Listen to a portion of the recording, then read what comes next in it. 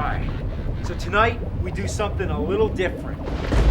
Because I've been torturing myself enough with all these shitty games. So I created a monster to conduct the review for me. Behold, Franken-Nerd. Okay, I could really use another bolt of lightning. Yeah!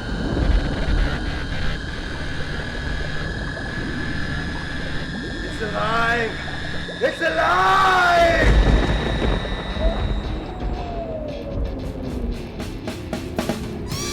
He's gonna take you back to the past to play the shitty games that suck ass. He'd rather have a buffalo take a diarrhea dump in his ear. He'd rather eat the rotten asshole of a roadkill skunk and down it with beer.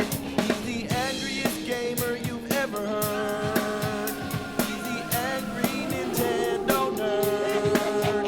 He's the angry Atari Sega nerd. He's the angry video game nerd. This is a game. Mary Shelley's Frankenstein on Super Nintendo. Game. Good. Good. You bet your ass it's good. Here's a controller for you. Just hit start, knock yourself out. Have fun. Looks like Uncle Fester. Oh, come on, hit him. Yeah, you like that game, huh? Go in the building.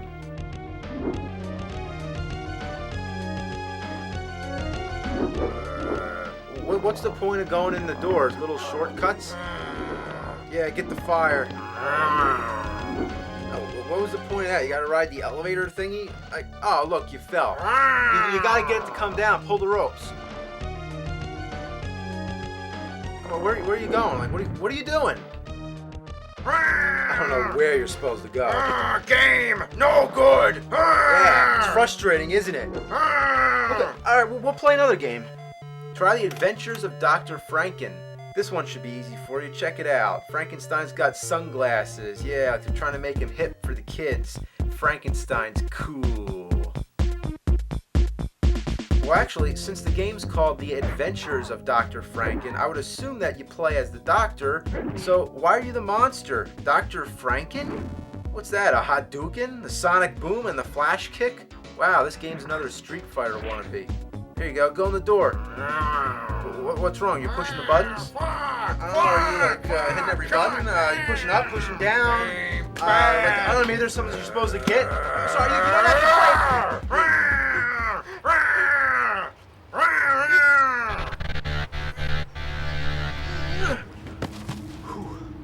Biggest mistake Dr. Frankenstein made. If you're gonna make a monster, you better be able to shut it down.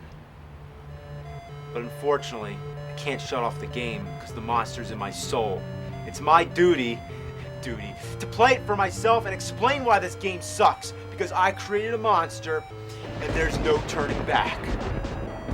Okay, so I figured out that the goal is to collect pieces of a passport which says F-Bone. Okay, so is this Dr. Franken-Bone or just F-Bone? Is he the monster, the scientist? Who knows? The control is ass, but it's that certain kind of assness that's hard to explain. It's like if you push one button, it attacks behind, like if there's somebody behind your back, but if you hit the other button, it attacks in the front. So it takes a lot of time to get used to figuring out which direction you need to be facing to use each attack. If you ever played Double Dragon 2, it's the same thing. It's all screwed up. It looks like a pretty easy game, but I can't stop dying. You get this huge life bar, but you take 2 or 3 hits and you're dead. But I think the biggest problem is that you move too fucking fast. It seems like you never have time to react to enemies and obstacles, so you have to keep tapping the D-pad so that you don't run into things.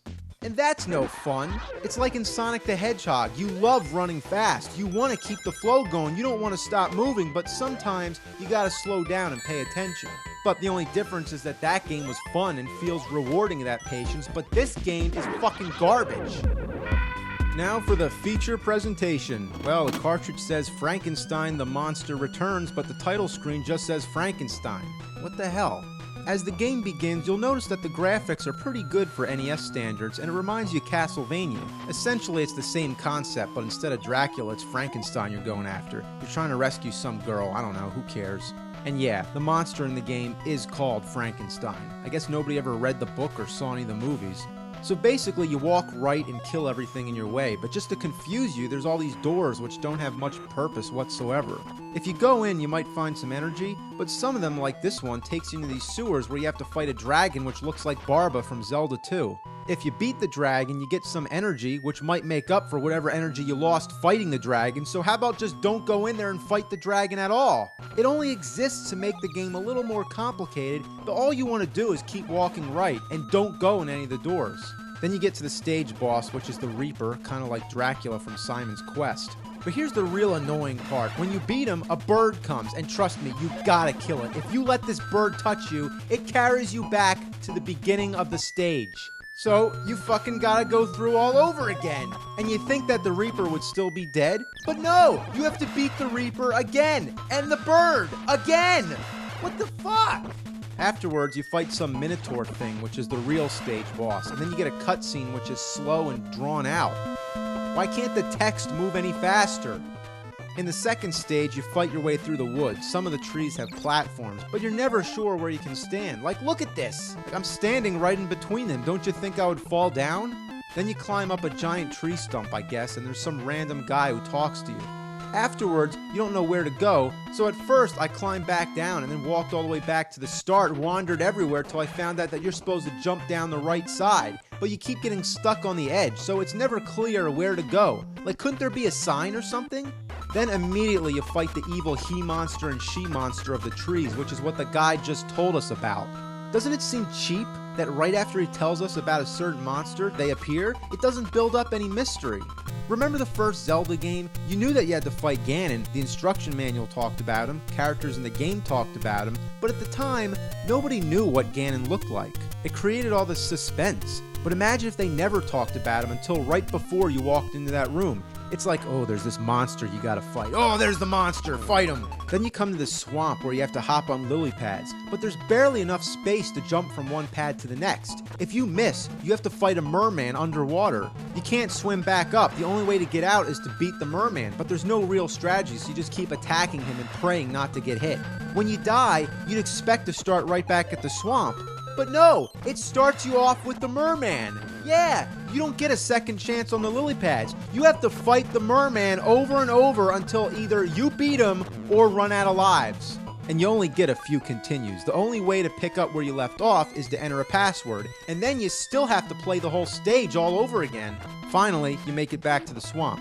This time, I'm just gonna try to inch my way to the edge of that lily pad. Oh, fuck! It goes away! Wow, you're really smushed between a bag of piss and a pile of shit. If you jump right away, you don't make it. If you take your time and carefully plan your jump, then the lily pad sinks. And once you fall down, you might as well hit reset, because the whole game's over. Look, I'm standing as close to the fucking edge as possible, and even then, it's still not enough to clear the distance. So, I give up. I'm putting in a password for the third stage. Here, you get this pretty cool graveyard scene. The tombstones attack you. I think they were really running out of ideas here.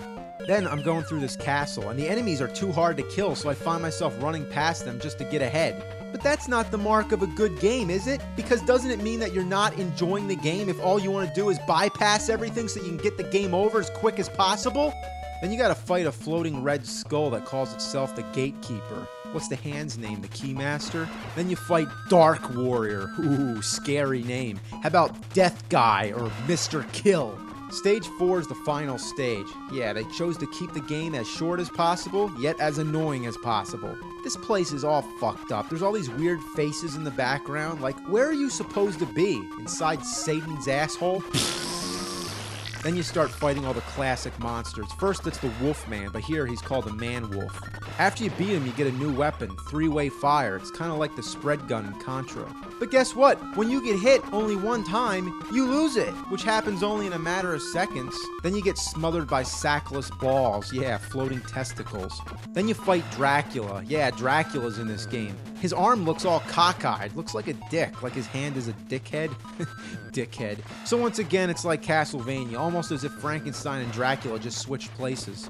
Then you have to swing on vines like Jungle Hunt, but you end up just jumping through the vines and die. So now, just to try again, I gotta type in the fucking password. It's so tedious. I mean, it's not the longest password I've ever seen, but it's still longer than necessary. But unlike most passwords, if you move the D-pads to the sides, it doesn't move your cursor over to the other side. So say your cursor's on the letter K and you need to move to J. In most games, all you need to do is move the cursor left and it will show up on J. But here, you can't do that. You have to move the fucking cursor all the way to the J.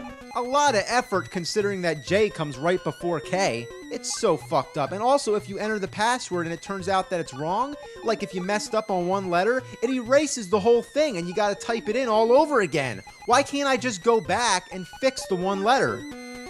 I really hate this password thing in general, because what's the point? You should have unlimited continues. Yeah, because the only reason you should have to put in a password is if you turn the game off and want to come back to it later. As long as you're still playing, you're going to keep playing the same stages over and over and over again, so what's the point of sending you all the way back to the beginning? The earlier stages are the easiest, and those are the stages you end up playing the most. It's the later stages where you need the most practice. It's all about trial and error. Like, imagine if in high school you fail out of senior year. What happens? You do senior year again, right? You don't have to go back and do freshman year again. So, bottom line, have unlimited continues. God damn it! Another big piss off about this game is that enemies can kill you even after they're dead.